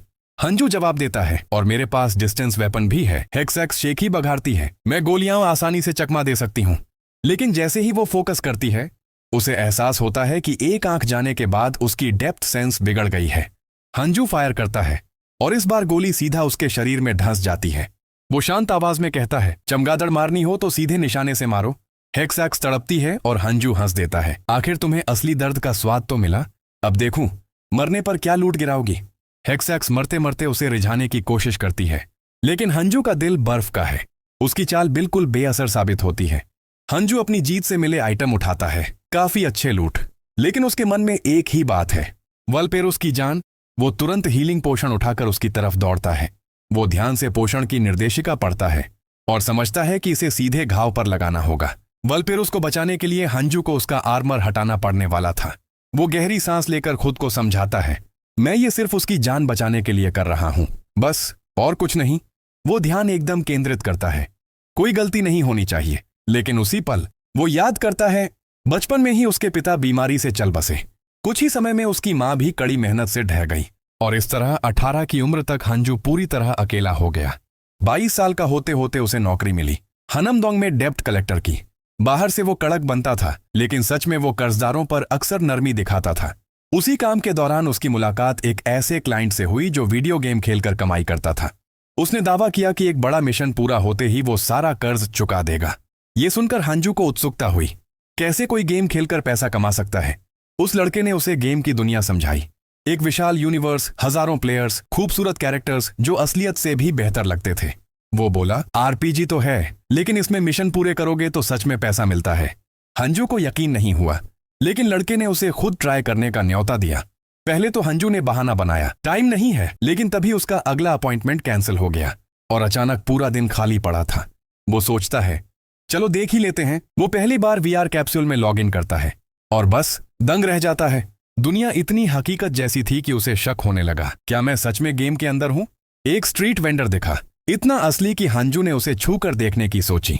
जैसे ही उसने एनपीसी का चेहरा छुआ, वेंडर भड़क गया, पहले पैसे दिखाओ तब मिलेगा फल। तभी स्क्रीन पर पहली बार सिस्टम नोटिफिकेशन पॉप हुआ। उसके पास सिर्फ 10 फ्लोरेंस थे। हंजू सोचता है गेम आसान नहीं होने वाला। तभी एक छोटा बच्चा आता है, उसे एक सेब चाहिए था, लेकिन उसकी मां के पास पैसे नहीं थे। हांजू पूछता है, एक सेब का कितना? वेंडर कहता है 1 फ्लोरिन। वो बिना कुछ सोचे सेब खरीदता है और बच्चे को दे देता है। माँ हकबकाकर उसे शुक्रिया कहती है, आपको मेरे बच्चे पर पैसे खर्च करने की जरूरत नहीं थी। हांजू को पता चलता है 1 फ्लोरिन औस 1 दिन का खाना। और जैसे ही वह माँ बेटे को जाता देखता है, उसके अपने बचपन की यादें ताजा हो जाती हैं। उसका वो वक्त जब वो अपनी माँ के साथ सड़क पर घूमता था और हर बार उस दुकान के बाहर खड़े होकर रोस्टेड चिकन को बस देखता रह जाता था। धीरे धीरे वो गेम की दुनिया में खोता गया। वो उसकी थेरेपी बन गई। रियल लाइफ की थकान, गुस्सा, दर्द सब वो गेम में उतार देता था। वास्तविक दुनिया में बस उठना, काम करना, घर लौटना। लेकिन गेम में वो सच में जीता था। और देखते ही देखते 5 साल बीत गए। 5 साल जो उसने लगभग पूरी तरह इस गेम में गुजारे। एक मौके पर गेम के अंदर ही हांजू की पहली बार मुलाकात डचेस वेलपर्गस से होती है। वो कहती हैं कि उन्होंने उसकी स्किल्स के बारे में सुना है और उसे जंगली सुअर शिकार करने के लिए साथ चलने को कहती हैं। हांजू बताता है कि वो तो वैसे ही मांस ढूंढ रहा था और वो सही टाइम पर आ गई। थोड़ी ही देर में उसने जंगली सुअर पकड़ भी लिया। वेलपरस उसकी ताकत से हैरान थी, लेकिन हांजू को यकीन ही नहीं हो रहा था कि उसने कुछ किया ही नहीं। वेलपरस ने बस मुस्कुराते हुए कहा कि वो इतना स्ट्रांग है कि उसे कुछ करने की जरूरत ही नहीं पड़ी। फिर उसने उसे डुओ बनाने का ऑफर दिया। हांजी वू ने पूछा, कहीं ये कोई कॉन्ट्रैक्ट वॉन्ट्रैक्ट तो नहीं जहां मुझे पूरा दिन तुम्हारे लिए काम करना पड़े? वेलपरस हंस के बोली, अरे नहीं, और तुम मुझ पर भरोसा क्यों नहीं करते? हंजू बोला कि उसे आमतौर पर लोगों पर भरोसा नहीं होता। यह सुनकर वेलपरस को बड़ा मजा आया। फिर उसने उसे साम्राज्य का नाइट बनने की सलाह दी और सच में थोड़े ही समय में वो नाइट बन गया। उसकी काबिलियत देखते हुए हर कोई हैरान था, खुद वेलपरस भी। और फिर वो बन गया इस्पात का निर्वाचन करता, इलेक्टर ऑफ स्टील। हंजू ने कहा कि वो अकेले यहां तक नहीं पहुंच पाता और अगर वो उससे ना मिली होती तो वो यह सब कभी हासिल नहीं कर पाता। वेलपरस ने कहा कि उसने लोगों को बचाया, शांति लाई, इसी वजह से लोग उसकी इज्जत करते हैं। और सिर्फ लोग ही नहीं, वेलपरस भी उसके प्रति वफादार हो गई थी। वह हमेशा से उस इस्पात के निर्वाचनकर्ता की प्रशंसक रही है। वर्तमान में भी उसकी भावनाएं नहीं बदली हैं। हकीकत अलग होने के बावजूद वह उसके लिए कुछ खास महसूस करती है। वह कहती है कि उसकी कम उम्र के बावजूद उसने किसी को इतनी समर्पण के साथ काम करते नहीं देखा। फिर पूछती है, तुम्हें क्या प्रेरित करता है? हंजू जवाब देता है कि उसे इस दुनिया से प्यार है, बस उसके चेहरे का हालचाल छोड़कर। वेलपर्गस यह बात समझती है, पर साथ ही कहती है कि उसे उसका कवच नहीं हटाना चाहिए था। लेकिन हंजू ने कहा कि उसे मदद करने के लिए ऐसा करना जरूरी था। फिर वेलपरस कहती है कि उन्हें जल्द ही वेलपर्गा कॉन्वेंट जाना चाहिए ताकि दूसरों को पता चले कि वे जिंदा हैं। वह वादा करती है कि लौटकर वह उसका एहसान चुकाएगी क्योंकि उसने उसकी जान बचाई है। हंजू मन ही मन सोचता है कि वह उस इनाम का इंतजार कर रहा है।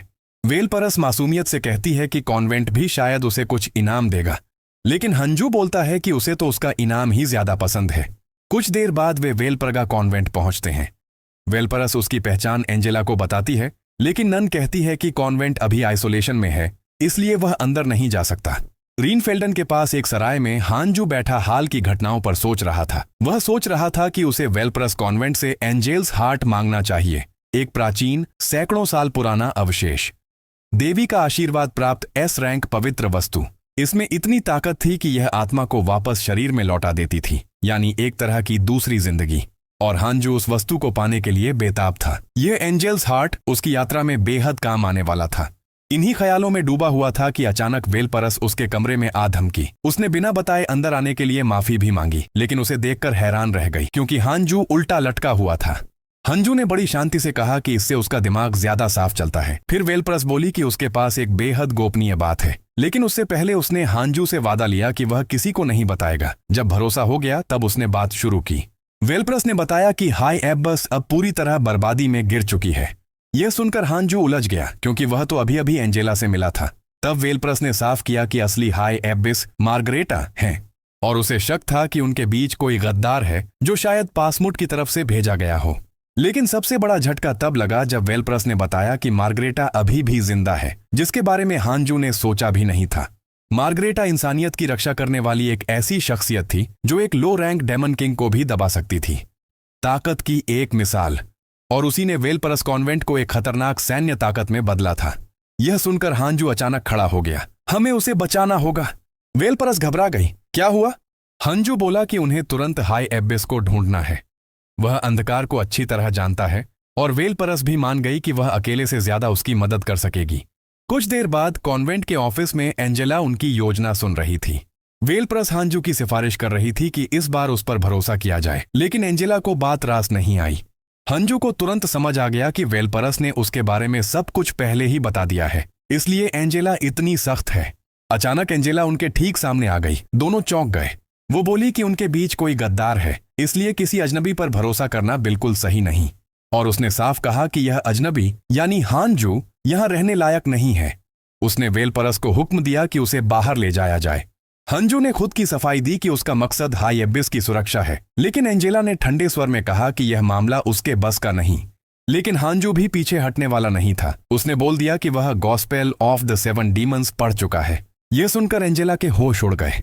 वह समझ ही नहीं पा रही थी कि यह कैसे मुमकिन है, क्योंकि वह किताब खुद संत एंथनी ने लिखी थी और बेहद प्रतिबंधित थी। हांजू ने बताया कि उस ग्रंथ में 7 दानवों का विवरण है जो इस दुनिया से मुहरबंद और निर्वासित किए गए थे, जिनमें डेथ भी है, अंधकार की सबसे खतरनाक शक्तियों में से एक। एंजेला ने चेतावनी दी कि इन नामों को जोर से लेना भी भारी विपत्ति बुला सकता है, इसलिए ऐसे मामलों पर बात करना भी जोखिम भरा है। फिर भी हांजू ने उससे विनती की कि वह उस पर भरोसा करे। वह अंधकार को पीछे धकेलना जानता है। आखिरकार कोई और रास्ता न होने के कारण एंजेला मान गई, लेकिन एक शर्त पर, यह सब राज रहेगा, और अगर उसने किसी से इसका जरा सा भी जिक्र किया तो एंजेला ने कसम खाई कि वह उसे नरक जाकर वापस आने जैसा हाल कर देगी। थोड़ी ही देर बाद हांजू को एक गुप्त जगह पर ले जाया गया। अंदर जाते ही इतनी बदबू आई कि उसकी नाक सुन्न पड़ गई।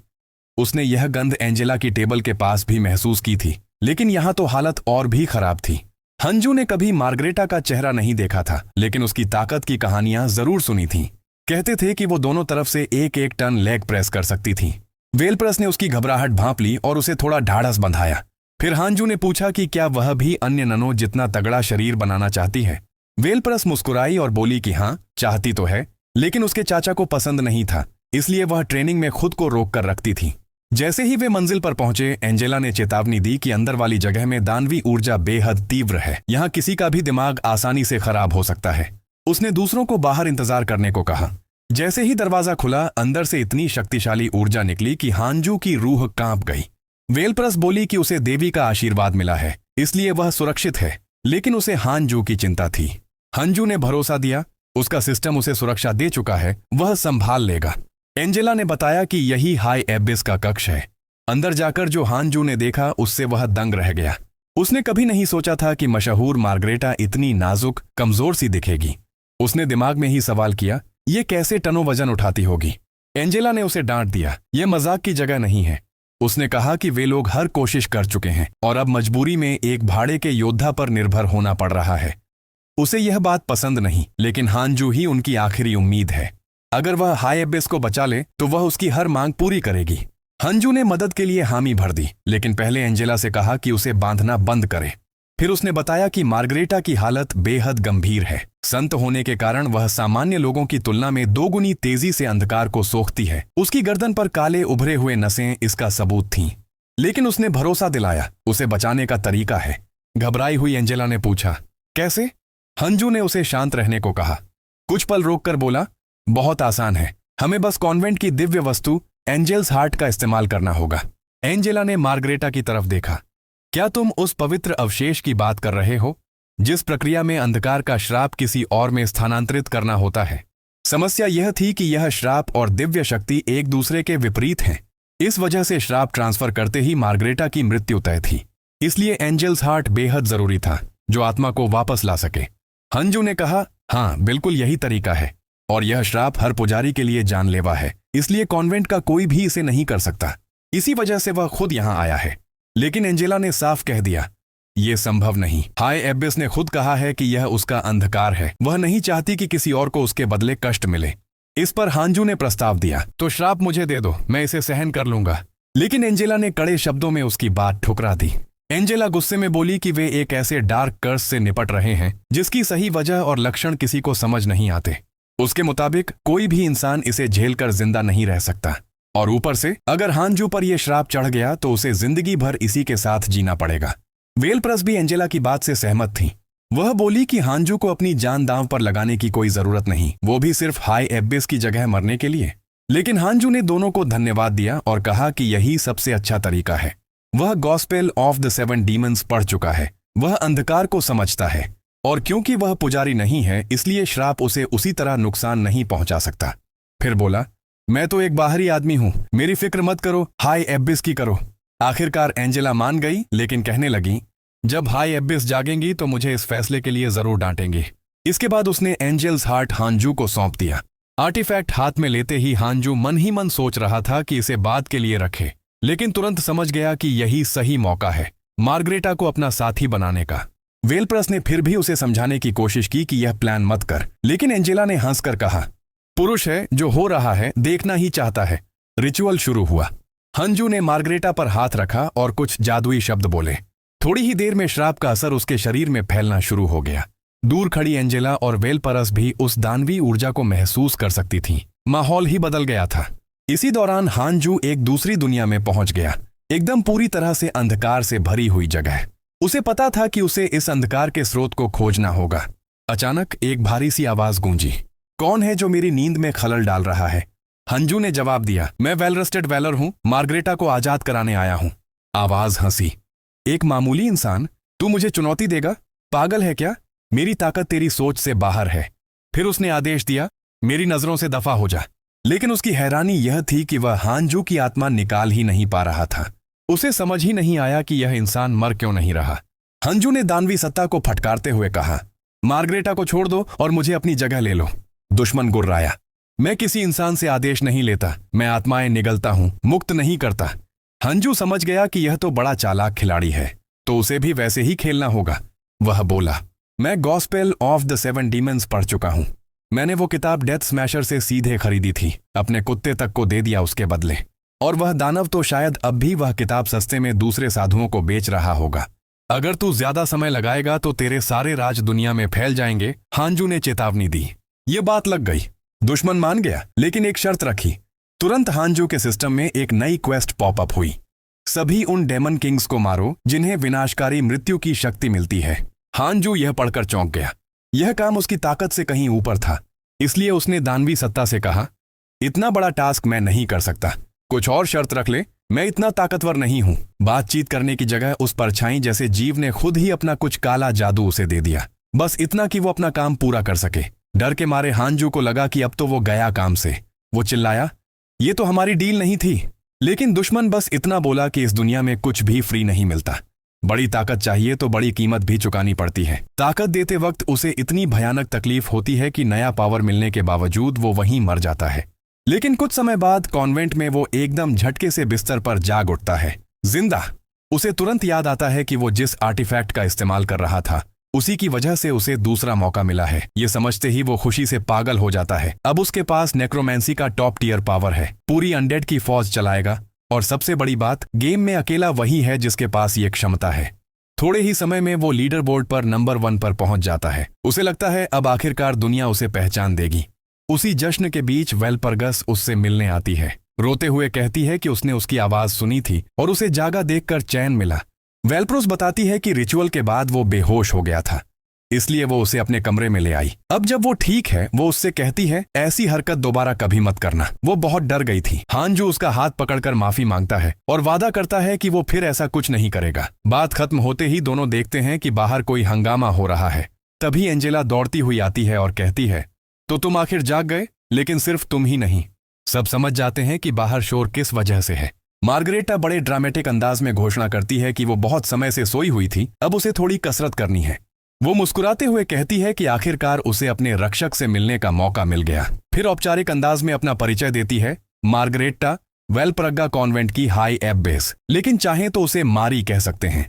थोड़ी देर बाद सब बेसमेंट की तरफ बढ़ते हैं। हांजू सोचता है कि फिलिप अब तक तो घने जंगल से निकल गया होगा। अब जब वो कोल्ड ब्लड लेवल का सबसे ऊंचा नेक्रोमेंसर बन चुका है, उसकी प्लानिंग थी कि वो फिलिप को चुपचाप खत्म कर दे। लेकिन एंजेल का दिल बिना और फिलिप खुद एक गार्डियन होने के कारण कामयाबी के चांस कम थे, इसलिए वो समझ जाता है कि आखिर तक सावधान रहना पड़ेगा। उधर मार्गरेटा तो जैसे किसी पिकनिक पर आई हो, पूरी जोश में। उसके ओवर एक्साइटेड मूड को देखकर एंजेला उसे थोड़ा सभ्य रहने को कहती है, लेकिन हाई एब्बेस पलटकर बोल देती है, उम्र बढ़ने पर ऐसे ही चिड़चिड़ापन आता है। हांजू को भी उसका ये व्यवहार थोड़ा अजीब लगता है। वेलप्रोस फिर हंसकर कहती है, वो हमेशा से ऐसी ही है। वो सोच रहा था कि इतनी ताकतवर और छोटी उम्र की लड़की इतनी बड़ी सेना की शक्ति है तो थोड़ी गरिमा की उम्मीद थी। तभी मार्गरेटा उनकी तरफ देखकर चुटकी लेती है। ओहो, तुम दोनों तो काफी करीब लग रहे हो। वेलपोर्गा ने समझाया कि उस दरवाजे के पीछे उनका अंडरग्राउंड आर्मरी है, जहां तरह तरह के हथियार और जादुई सामान भरे पड़े हैं।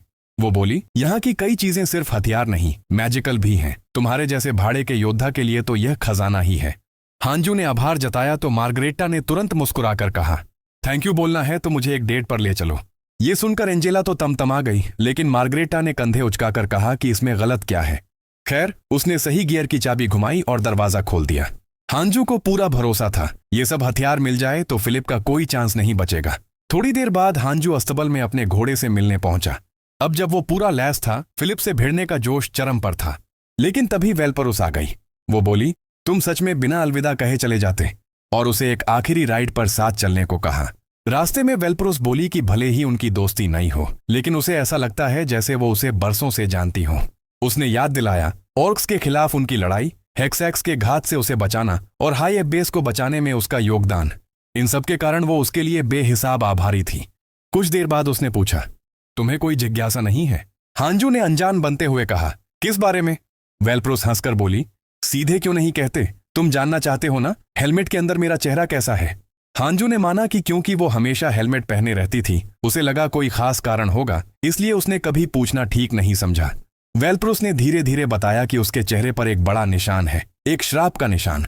उसे खुद नहीं पता कि वो कौन सा श्राप है।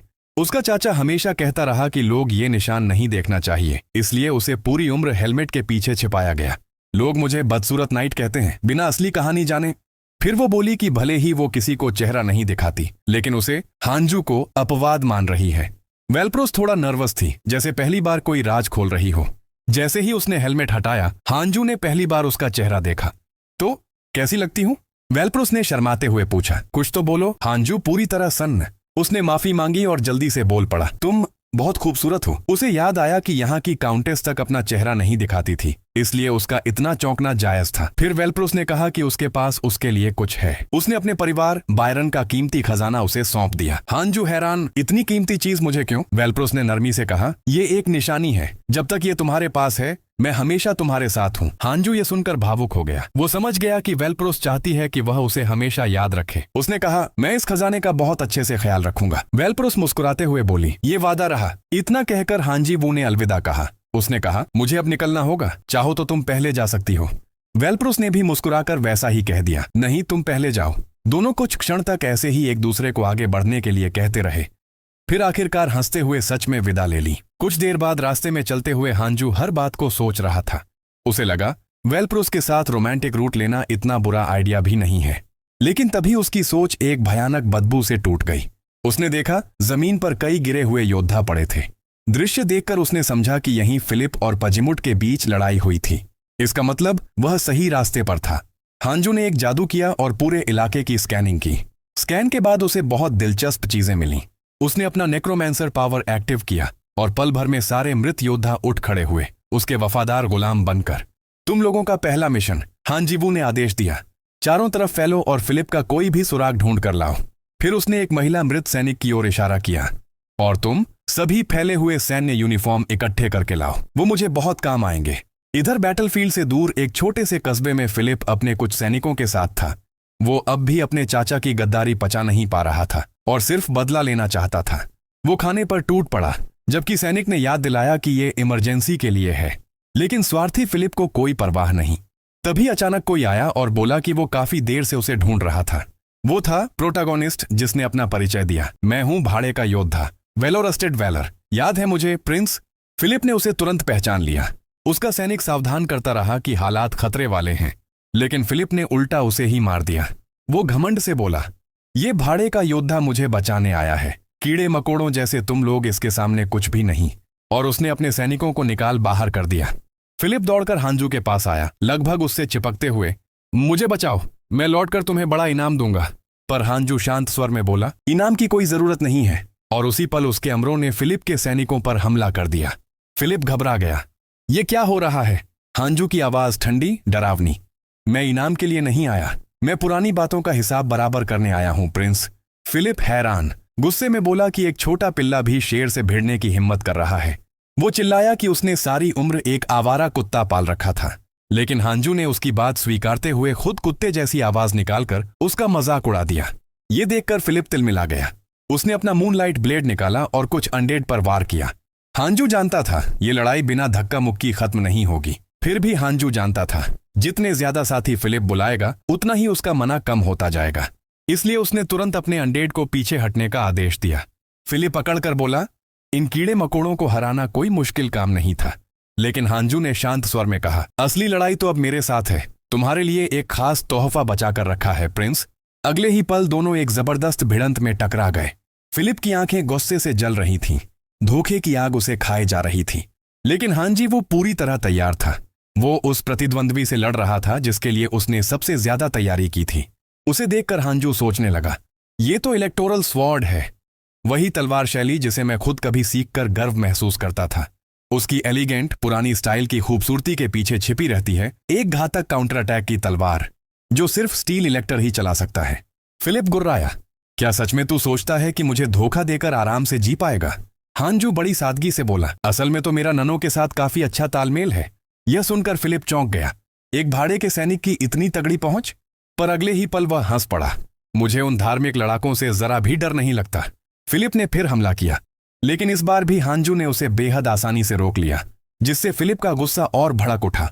उधर हांजू को याद आ गया कि पिछले वैम्पायर डेमन से लड़ाई में फिलिप को कितनी अंदरूनी चोटें लगी थीं, और फिलिप की चाल से साफ था वो अब भी उन घावों से उबर नहीं पाया। आखिरकार हांजू ने ठंडी आवाज में कहा, तेरी नौटंकी यहीं खत्म। और उसने एक भयावह जोरदार किक फिलिप की छाती पर मारी, जिससे फिलिप खून उगलते हुए पीछे जा गिरा। हांजी वो गरजा, डरना है तो मुझसे डर, ननो से नहीं। फिलिप हाँफते हुए बोला, मेरी हालत पिछले युद्ध की वजह से खराब है, इसलिए हार रहा हूं। फिर गुहार लगाई, मैंने ही तो कभी तेरी काबिलियत को पहचाना था, तुझे इनाम दिया था, फिर मुझे मारने क्यों आया है तू? हांजू ने माथा पकड़ लिया, तू मेरी सोच से भी ज्यादा बेवकूफ निकला। फिर उसने उंगली उठाकर 3 गुनाह गिनाए। पहला, मैंने तुझे चेतावनी दी थी कि तेरे सबसे करीब का इंसान तुझे धोखा देगा, तूने परवाह नहीं की। दूसरा, तूने वेलपरगस को फेंके हुए कचरे की तरह छोड़ दिया, जबकि वह तेरी सबसे वफादार साथी थी। और तीसरा, तूने अपनी जान बचाने के लिए बेगुनाह लोगों को मरने दिया। अंत में हांजू दहाड़ा, तुझ जैसे स्वार्थी आदमी को इलेक्टर कहलाने का कोई हक नहीं। फिलिप घबराकर बोला, मैंने जो भी किया अपने लोगों के लिए किया। अगर मैं मर गया तो उन्हें खाने को कौन देगा? और मेरी मौत का फायदा उठाकर बाकी इलेक्टर्स हम पर हमला कर देंगे। हांजू रुका और बोला, दिलचस्प बात कही है। फिर उसने कहा, ठीक है, तुझे एक मौका देता हूं। अगर मेरी शर्त मान ले तो मैं तुझे एक हीलिंग पोशन दूंगा। फिलिप, जो मरने के डर से कांप रहा था, तुरंत बोला, मैं कोई भी शर्त मानता हूं, बस मुझे जिंदा रहने दे। इसके बाद प्रोटैगनिस्ट सख्त लहजे में फिलिप को हुक्म देता है, घुटनों पर गिरकर वेलप्रोस से माफी मांगो। राजकुमार भी तुरंत मान जाता है, यहां तक कि वो हाउस ऑफ बायरन को 10,000 फ्लोरेंस दान देने का वादा भी कर देता है। फिर प्रोटैगनिस्ट उसे एक शीशी थमाता है और बोलता है, पूरा पी जाना। फिलिप एक घूंट भरता है, लेकिन बाकी दवा जमीन पर गिरा देता है। हंजू व्यंग्य से पूछता है, क्या हुआ? स्वाद पसंद नहीं आया? और फिर असलियत बताता है, ये कोई हीलिंग पोशन नहीं था, ये तो ड्रैगन पॉइजन था। ये सुनते ही फिलिप का चेहरा गुस्से से तिरछा हो जाता है। प्रोटैगनिस्ट हंसकर कहता है, इसके लिए हेक्सेक्स का शुक्रिया अदा करना, जहर उसी के पर्सनल स्टॉक से लिया है। बचने के लिए फिलिप आखिरी कोशिश में प्रोटैगनिस्ट पर हमला करता है, लेकिन वो वॉर कर भी नहीं पाता, क्योंकि उसे किसी और ने पहले ही ढेर कर दिया होता है। वो चेहरा देखकर फिलिप की आंखें फैल जाती हैं। पिफेनहेम, पिछली बार तो वो जॉम्बी डॉग्स द्वारा खाई जा रही थी। पिफेनहेम बताती है कि उसे मरा हुआ छोड़ दिया गया था, लेकिन उसके नए मास्टर ने उसे जिंदा किया और दूसरा मौका दिया। अब उसका फिलिप से कोई नाता नहीं, और सच कहें तो उसे फिलिप का घमंड कभी पसंद था ही नहीं। अब समय आ गया है कि राजकुमार अपने सारे पापों का हिसाब चुकाए। फिलिप की मौत से ठीक पहले सिस्टम चेतावनी देता है कि आयरन इलेक्टर की अनुपस्थिति गेम की स्टोरी लाइन को बिगाड़ देगी। हंजू सोचता है कि इतनी घटिया शख्सियत गेम में इतनी जरूरी कैसे हो सकती है, लेकिन उसे जिंदा छोड़ने का सवाल ही नहीं उठता। वो पिफेनहेम को बदला लेने की पूरी इजाजत दे देता है, और जैसे ही फिलिप मारा जाता है, सिस्टम लगातार एरर अलर्ट देने लगता है। रास्ता मुश्किल होने वाला है, लेकिन हंजू को बिल्कुल अफसोस नहीं। दूर आसमान से एक्विला ये सब देख रही होती है। वो नोट करती है कि हंजू ने वाकई एक बड़ा सील तोड़ा है। उसके चेहरे पर जो कॉन्फिडेंस और जोश है, वो एक्विला को बेहद पसंद आता है। उसे तो बस इससे भी ज्यादा तबाही देखनी है, क्योंकि ये तो बस शुरुआत है। फिलिप को हराकर मिलने वाले रिवॉर्ड्स भी धमाकेदार निकले। लेवल अप के साथ उसे 2 एक्सक्लूसिव एस क्लास एबिलिटीज मिली, लेकिन आइटम ड्रॉप में सिर्फ एक अजीब सा एमुलेट मिला। सीधा सादा दिखता था, लेकिन जांचते ही एक मैजिक बैरियर बना देता है।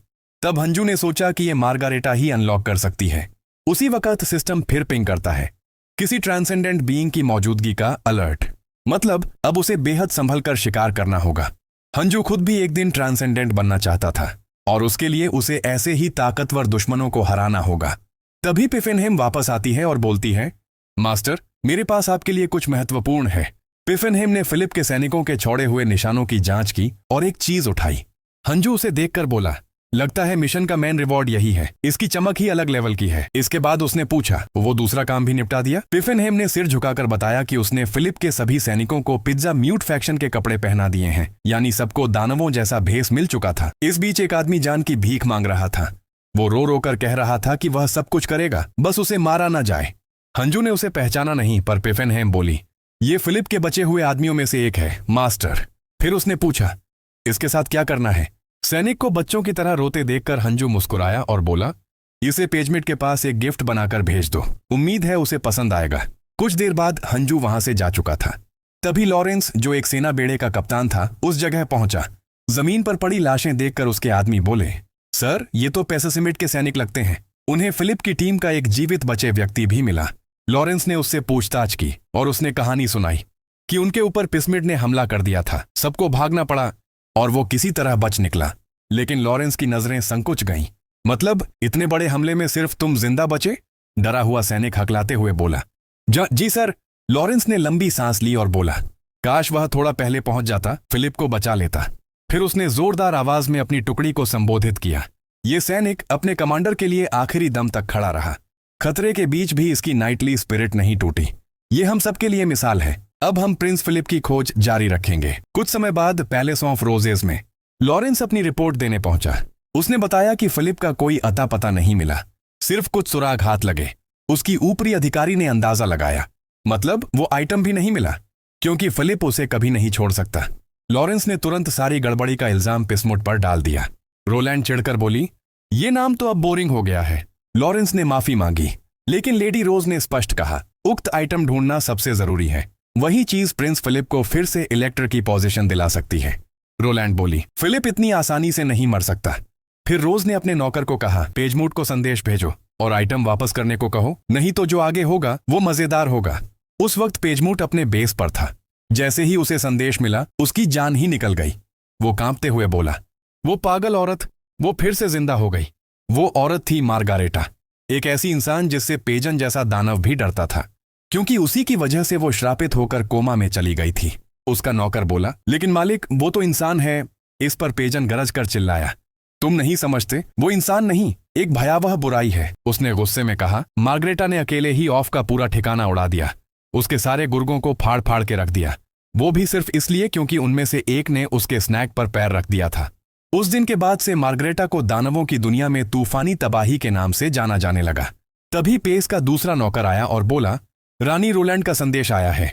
पेजमुट चिढ़ गया, अभी इस झंझट का टाइम है? वो पहले से ही 1000 टेंशनों में घिरा था। लेकिन जैसे ही उसने पत्र पढ़ा, वो समझ ही नहीं पाया कि रोलैंड किस चीज की बात कर रही है, किस आइटम की मांग कर रही है। उसे कोई आइडिया ही नहीं था। बस फिर क्या, पेजमुट तिलमिला उठा। अब उसके पीछे एक पागल रानी पड़ी थी, कोई ऐसी चीज मांग रही थी जो उसके पास है भी नहीं। नौकर ने सोचना शुरू किया, आखिर रोलैंड को क्यों लगा कि वो आइटम उनके पास है? उन्होंने तो कुछ लिया भी नहीं था, बल्कि फिलिप का पीछा करते करते हेक्सैक्स तक खो दिया था। नौकर ने कहा, यह सब कुछ गड़बड़ लग रहा है। मार्गरेटा का जिंदा वापस आना, वो आइटम गायब होना, लगता है कहीं ना कहीं कोई बड़ा मास्टरमाइंड बैठा है। और ये बात पूरी तरह गलत भी नहीं थी। उसे बस इतना नहीं पता था कि ये सब चाल हंजू ने चली थी। दूसरी तरफ हंजू को छींक आई तो उसकी साथी ने पूछा, ठंड लग रही है क्या? नहीं, बस कोई अजीब सी गंध आई, हंजू बोला। चलते चलते पिफनहाइम पूछने लगी, मास्टर, फिलिप के शरीर का क्या करने वाले हैं? हंजू खुद भी नहीं जानता था, क्योंकि उसकी नजर तो अभी एक ही चीज पर थी, स्वर्णिम शाही दस्तावेज। फिलिप का शरीर प्लस शाही दस्तावेज। अब उसे लगता था कि वो दुनिया को अपनी मुट्ठी में कर सकता है। पिफनहाइम खुशी से बोली, मेरे स्वामी की उम्र लंबी हो। कुछ समय बाद दोस्तों का एक छोटा सा ग्रुप घर लौट रहा था। सोच रखा था कि पहली सराय में पहुंचते ही ढांसू पार्टी करेंगे, पर तभी एक तीर आकर एक आदमी के सीने में ढंस गया। बाकी साथी कुछ कर ही नहीं पाए। झाड़ियों से डाकुओं का झुंड निकला और उनकी गाड़ी पर धावा बोल दिया। लेकिन वो भी हार मानने वाले नहीं थे।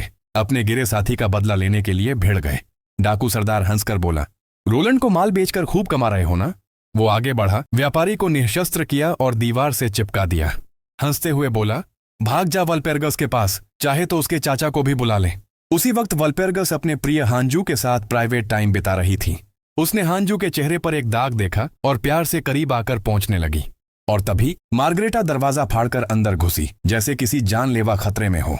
उसकी अचानक एंट्री से हांजू और वल्पेर्गस दोनों चौंक गए और खुद मार्गरेटा भी सीन देखकर हक्की बक्की रह गई। पहली बार मार्गरेटा ने वल्पेर्गस का चेहरा बिना हेलमेट के देखा था। थोड़ा पानी पीकर जब वो शांत हुई तो बोली, मैं तो सच में डर के मारे हार्ट अटैक खा लेती। इतनी खूबसूरत शक्ल, दिल तो धक धक करने लगा। फिर उच्च अब्बस ने हांजू को घूर कर चेतावनी दी, वल्पेर्गस का अच्छे से ख्याल रखना। अगर इस लड़की के साथ कोई गड़बड़ की ना, तो मैं तुम्हें 2 टुकड़ों में तोड़ दूंगी। माहौल बदलने के लिए मार्गरेटा ने फिलिप की मौत के बारे में पूछना शुरू किया। हांजू ने बताया कि उसे हराने के बाद उसने प्रिंस की लाश अपने साथियों के हवाले कर दी थी। पर मार्गरेटा इससे खुश नहीं थी। फिलिप तो मेरा टारगेट था, मुझे ही उसे खत्म करना चाहिए था। हांजू ने मन ही मन सोचा, शुक्र है वो पहले ही मर गया, वरना ये मिली होती तो पता नहीं क्या कर देती। उसे शांत करने के लिए हांजू ने कहा, मेरे पास तुम्हारे लिए एक गिफ्ट है। उसने सिक्कों से भरी एक पाउच निकाली और बोला, ये पैसा प्रिंस का था, अब ये तुम्हारा है। जितना मन चाहे उतना खाना खरीद लेना। बस फिर क्या? मार्गरेटा ने उसे दयालु संत घोषित कर दिया और बोली, मैं तो तुम पर और भी फिदा हो गई हूं। उधर वल्पेर्गस की नजर कागजों की एक ढेर पर गई। जैसे ही उसने पढ़ा, पता चला कि ये फिलिप को भेजे गए रोलंड के प्लान थे, उसे अगला सम्राट बनाने के लिए। हांजू ने समझाया कि वर्तमान सम्राट और रोलंड के बीच पैसे को लेकर तकरार चल रही है। मार्गरेटा ने इसमें जोड़ा, इकोनॉमिक ब्लॉकेड भी लगा है। सम्राट रोलंड से जुड़े सभी व्यापारी गिल्ड के माल जब्त कर रहा है, इसलिए आसपास की घुड़सवार सेना पागल हो रही है। रिटर घराने ने इसी वजह से इग्निस गिल्ड पर हमला किया था। उसने ये भी बताया कि वल्पेर्गस इस सब के दबाव में अंदर ही अंदर टूट रही है। वल्पेर्गस खुद नहीं चाहती थी कि हांजू को ये सब पता चले, लेकिन हांजू ने पूछा, आखिर हो क्या रहा है? फिर मजबूर होकर उसके साथियों ने उसे सब सच बता दिया। कुछ समय बाद हांजू समझ गया कि मामला कितना उलझ चुका है। उसे अंदाजा भी नहीं था कि सम्राट का आर्थिक नाकाबंदी इतना बड़ा युद्ध भड़का देगी। सीधे बायरन के इलेक्टर तक से टकराव हो गया। सोच में डूबा था कि तभी वल्पेर्गस मिलने आई। वो बोली, कृपया तुम जो सुने हो उसे भूल जाओ। मैं नहीं चाहती कि तुम मेरे परिवार के झंझटों में फंसो। लेकिन हांजू ने साफ कहा, मैं आंखें बंद नहीं कर सकता, मैं तुम्हारी मदद करना चाहता हूं। वल्पेर्गस ने मनाया, ये मामला तुम्हारे बस का नहीं है, मैं अपने दूसरे साथियों से मदद ले लूंगी, तुम चिंता मत करो। पर हांजू को पता था कि वल्पेर्गस मजबूत है, पर उसका दिल अभी भी बहुत नरम है और अनुभव कम है, इसलिए उसने उसे दिलासा दिया, हाँ ये सच है कि मैं तो बस एक साधारण भाड़े का सैनिक हूं, लेकिन इसका मतलब ये नहीं कि मैं कुछ कर ही नहीं सकता। मैं तुम्हारी मदद करूंगा, चाहे कुछ भी हो। कहा, मर्सनरी भी किसी दिन काम आ सकते हैं। उसकी बात सुनकर उसकी दोस्त मुस्कुरा उठी। उसे अच्छा लगा कि इतना टेंशन वाला माहौल होने के बाद भी हांजू मजाक कर पा रहा था। लेकिन हांजू बोला कि उसे आज कुछ ज्यादा ही कॉन्फिडेंस महसूस हो रहा है। वल्पेर्गस को समझ ही नहीं आया कि वो किस बात की धुन में है। अगले दिन हांजू बहुत सुबह सुबह उठ गया, सीधे कॉन्वेंट की तरफ निकला और बिना किसी चेतावनी के मार्गरीटा के कमरे का दरवाजा धड़ाम से खोल दिया। बेचारी मार्गरेटा तो खाना खा रही थी, उसका कौर गले में ही अटक गया। हांजू बोला, मुझे इंतजार नहीं करना था, मेरे पास फिलिप का एक मैजिकल आइटम है, लेकिन ये खुल नहीं रहा। अगर तुम इसे अभी खोल दो तो तुम्हें इनाम मिलेगा। बस फिर क्या? उच्च अब्बस की जिज्ञासा जाग गई। वो बिना एक पल सोचे बोली, लाओ अभी खोल देती हूं। कुछ देर बाद हांजू ने दस्ताने जैसी चीज देखी और पूछा, ये किस काम की है? मार्गरीटा ने समझाया, ये उस जादुई जिपर का अपग्रेडेड वर्जन है। अब मैं बस हाथ घुमाऊं और जो चाहूं वो चीज स्पॉन कर सकती हूं। हांजू ने सोचा, ये गेम में नया अपडेट आया क्या? ऐसा तो पहले कभी नहीं देखा। लेकिन उसे ये बुरा नहीं लगा, बल्कि काफी कूल लगा। तभी वो पानी पीने वाला था कि उसका घोड़ा अचानक रुक गया। हांजू बोला, अचानक रुक क्यों गया? क्या हुआ? तभी उसे सामने नजर आया। वो प्लूसन शहर पहुंच चुका था और वहां एक जबरदस्त फेस्टिवल चल रहा था। भीड़ बहुत भारी थी। किसी तरह लोगों को धक्का मारते हुए हांजू आखिर निकल ही गया और बोला, यार लगता है डिज्नी में 3 घंटे घूम कर आया हूं, अब जाकर जान में जान आई। भरे माहौल में उसने देखा एक आदमी वेलकम बोर्ड पकड़कर खड़ा था, प्लूसन शहर।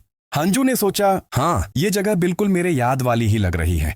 लोग किसी महान शख्स के आने का इंतजार कर रहे थे, जिसे वो द ग्रेट वन कह रहे थे। प्लूसन ऐसा शहर था जहां तरह तरह की जातियां, रेस और जिंदगियां एक साथ रहती थीं। और ये ग्रेट वन कोई और नहीं बल्कि डीमन किंग कोबाल्ट था। कोबाल्ट ने अपनी जानकारी और बोलने की ताकत से कई संस्कृतियों को एक किया था। रोलैंड के बाद वो सबसे बड़ा प्रो ह्यूमन डीमन किंग माना जाता था और वर्तमान राजनीतिक हालात में वो हांजू की मदद कर सकता था। इसलिए हांजू ने ठान लिया, चाहे जो हो जाए कोबाल्ट को ढूंढना ही है। तभी एक अजीब सा आदमी उसके पास आकर बोला, तुमसे एक महान साहसी की आभा आ रही है। मैं दूर से ही तुम्हारी शक्ति महसूस कर सकता हूं। हंजू ने सिस्टम खोला कि देखे ये गोबलिन किस बात की हवा में है। पता चला उसका रैंक SS है, एक असली लीडर वाला। उसके पास ऐसी स्किल भी थी जिससे अजनबी लोग भी उसकी ओर आकर्षित होते हैं और भरोसा करते हैं। ये देखकर हंजू बोला, मुझे कोबाल्ट से मिलना है। गोबलिन तो खुशियों से फट पड़ा। वाह, इस शहर को एक साथ दो महान मेहमान मिलने वाले हैं। वो बोला कि उसे भी कोबाल्ट से काम है और मैं तुम्हें वहां ले चलता हूं।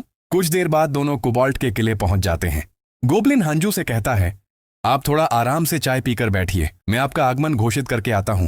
हंजू को थोड़ा अजीब लगा, एक छोटा सा गोबलिन मेरी लेवल पहचान कैसे गया, लेकिन उसने सोचा, छोड़ो, अभी ये मामला नहीं। रूम के बीच में उसे कोबाल्ट की एक बड़ी सी प्रतिमा दिखाई देती है। वो मन ही मन सोचता है, कहीं आने वाले वक्त में मुझे इस बंदे का भी शिकार तो नहीं करना पड़ेगा। कुछ मिनट बाद गोबलिन वापस आता है। तो साहसी योद्धा चाय का मजा ले रहे हैं? हांजू बोला, हाँ, लेकिन अगली बार किसी को पास आते वक्त बताकर आया करो। मूड बदलते ही हंजू ने पूछा, तुम कोबाल्ट के यहां काम कैसे करने लगे? गोबलिन ने सीने पर हाथ रखकर कहा, मेरी और कोबाल्ट की रिश्ता अमूल्य प्रेम का है। ये सुनकर हांजू का माथा ठनका। पूरे शहर में सब लोग कोबाल्ट को द ग्रेट वन कहते हैं, लेकिन ये छोटा सा गोबलिन इतनी कैजुअल लैंग्वेज में बात कर रहा था।